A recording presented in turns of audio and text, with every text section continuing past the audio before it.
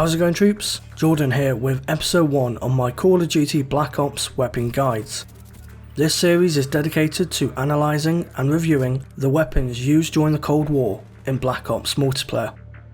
In this episode, we'll be taking a look at the first available submachine gun in Call of Duty Black Ops, the MP5K.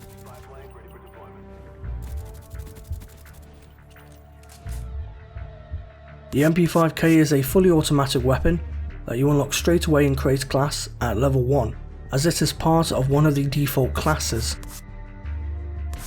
It is a West German weapon that was manufactured by Oberndorf based Heckler Koch.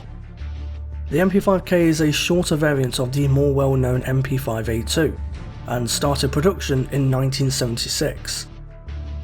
Unlike the MP5A2, the MP5K does not feature a shoulder stock.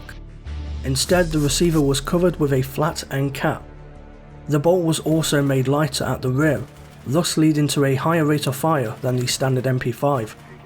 The barrel too was shortened, and a vertical foregrip was used to replace the standard handguard that the MP5 used. The letter K in MP5K actually stands for the German word Kurz, meaning short, due to the compact size of the weapon's design. The MP5K will continue to go through moderate design changes as time passed. In the year 1991, a new variant was developed, designated as the MP5K PDW, or Personal Defense Weapon. This was developed to keep up with other modern PDWs. Just like with most weapons in the MP5 family, the MP5K fires the 9x19mm Parabellum cartridge, which is also the NATO standard for pistols and submachine guns. In-game, the MP5K is a high damage weapon with minimal recoil.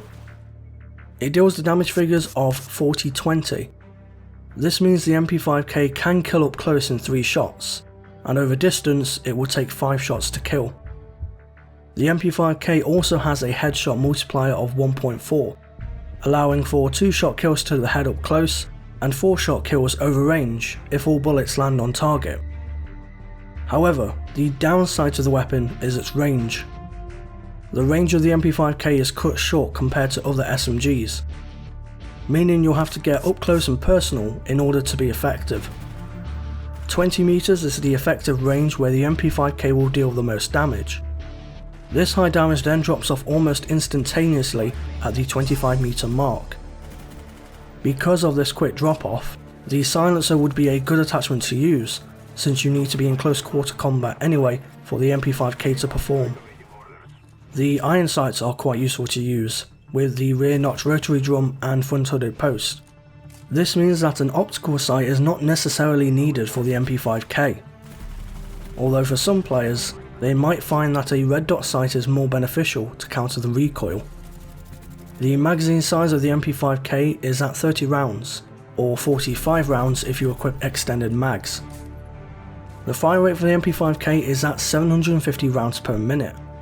If you choose to equip the rapid fire attachment, this increases the rate of fire significantly, up to a whopping 1000 rounds per minute. Reload time is at 2.9 seconds, which is the slowest reload time out of the SMG category. The reload time for when the magazine is empty is at 3.2 seconds, the same as the Scorpion. This means that sleight of hand might be handy to use in close quarter engagements. Attachments wise, I have 3 recommendations.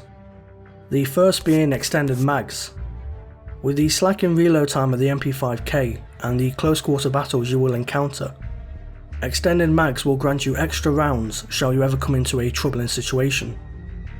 The extra bullets will also give you more choices when picking perks, as sleight of hand wouldn't be necessary. My second recommended attachment is rapid fire. Being in close quarters for the majority of your engagements means you'll need that fast firepower to ensure the kill. By equipping rapid fire on the MP5K, the weapon turns into a bullet hose with that 1000 rounds per minute. Furthermore, this should make the MP5K a much deadlier weapon if used correctly. Thirdly, I would recommend using the suppressor. The MP5K lacks the range that other submachine guns have, so by staying in tight engagements, the suppressor won't hinder the weapon's range all that much. Additionally, you also have the benefit of staying off the radar when firing, prompting a stealth class you can use to flank any foes you encounter. In conjunction with my recommended attachments, my 3 recommended perks to use when running the MP5K are as followed. From Tier 1, Lightweight grants the player an increased speed and mobility, perfect for rushing with an already lightweight weapon. The Pro version also grants the ability to yield no fall damage, getting you out of any compromising situations should you need to jump off a high ledge. From Tier 2, Sleight of Hand is what I've chosen.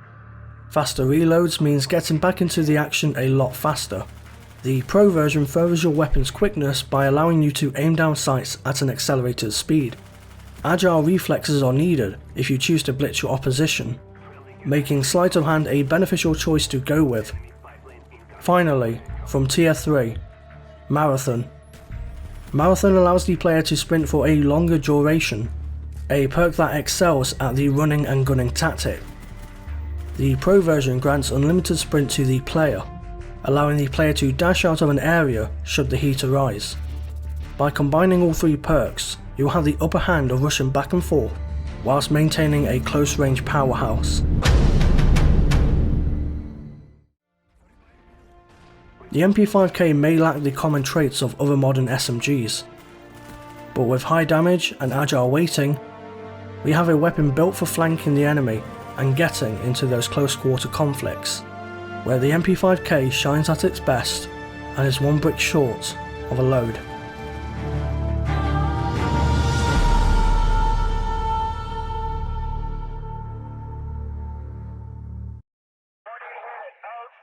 Join me next time where I'll be covering the second weapon from the submachine gun category, the Scorpion.